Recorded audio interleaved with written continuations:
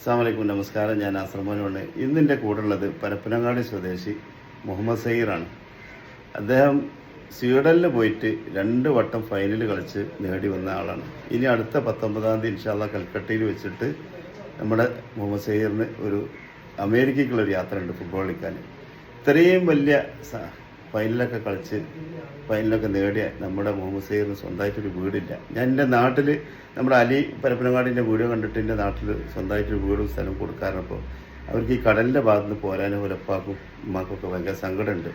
അപ്പോൾ ഈ പരപ്പനങ്ങാടിയുള്ള മനുഷ്യസ്നേഹികൾ ആരെങ്കിലും ഒരു 4 സെൻറ്റ് സ്ഥലം തരികയാണെങ്കിൽ വീട് നമുക്ക് എല്ലാവർക്കും കൂടി വെച്ചു കൊടുക്കാമെന്ന് വെച്ചിട്ടുണ്ട്. അപ്പോൾ ഇൻഷാല്ലാ നിങ്ങൾ പ്രാർത്ഥിക്കണം, ഉന്നതിയിലെത്തട്ടെ.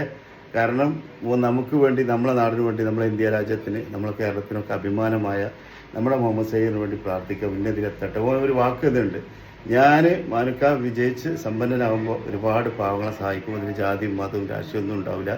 പിന്നെ അവൻ്റെ ആഗ്രഹം ഞാൻ അവനോട് പറഞ്ഞിട്ടുണ്ട്, എൻ്റെ ഉമ്മാക്കും ഉപ്പാക്കും ഒരു കാലത്ത് ഒരു വാച്ച് കെട്ടാനും ഒരു സ്വർണ്ണവള കെട്ടാൻ പൂതിയെന്ന്. ഞങ്ങൾ മക്കൾ വളർന്ന് വലുതായി ദുബായിലൊക്കെ എത്തിയപ്പോൾ ആദ്യം അവർക്ക് ആ സമ്മാനം കൊടുത്തിട്ടുണ്ട്. ഓനും പറഞ്ഞിട്ടുണ്ട് മുഹമ്മദ് സയ്യിർ ആ ഓഫറാണ്, ഉപ്പാക്കൊരു റാണ വാച്ച്, ഉമ്മാക്കൊരു കടകവള. അപ്പോൾ നമ്മുടെ സയ്യിറിനെ നിങ്ങളൊക്കെ സപ്പോർട്ട് ചെയ്യുക. ഒന്ന് വിവരം കമൻറ്റിൽ അയക്കുക, അല്ലെങ്കിൽ ബന്ധപ്പെടുക. അവർക്കൊരു ഭൂമി കിട്ടിയ വീട് നമുക്ക് എല്ലാവർക്കും കൂടി വെച്ചു കൊടുക്കാം ഇൻഷാല്ലാ. അപ്പോൾ ഇതാണ് മുഹമ്മദ് സയ്യിറിനെ കിട്ടിയ സമ്മാനങ്ങൾ. ഇതുണ്ടല്ലോ, ഇതൊക്കെ ഇനി ഒരുപാട് കിട്ടാനുള്ളത്. അപ്പോൾ സ്വന്തമായിട്ടൊരു വീട് നമുക്ക് നിർമ്മിച്ചു കൊടുക്കാം. ഞാൻ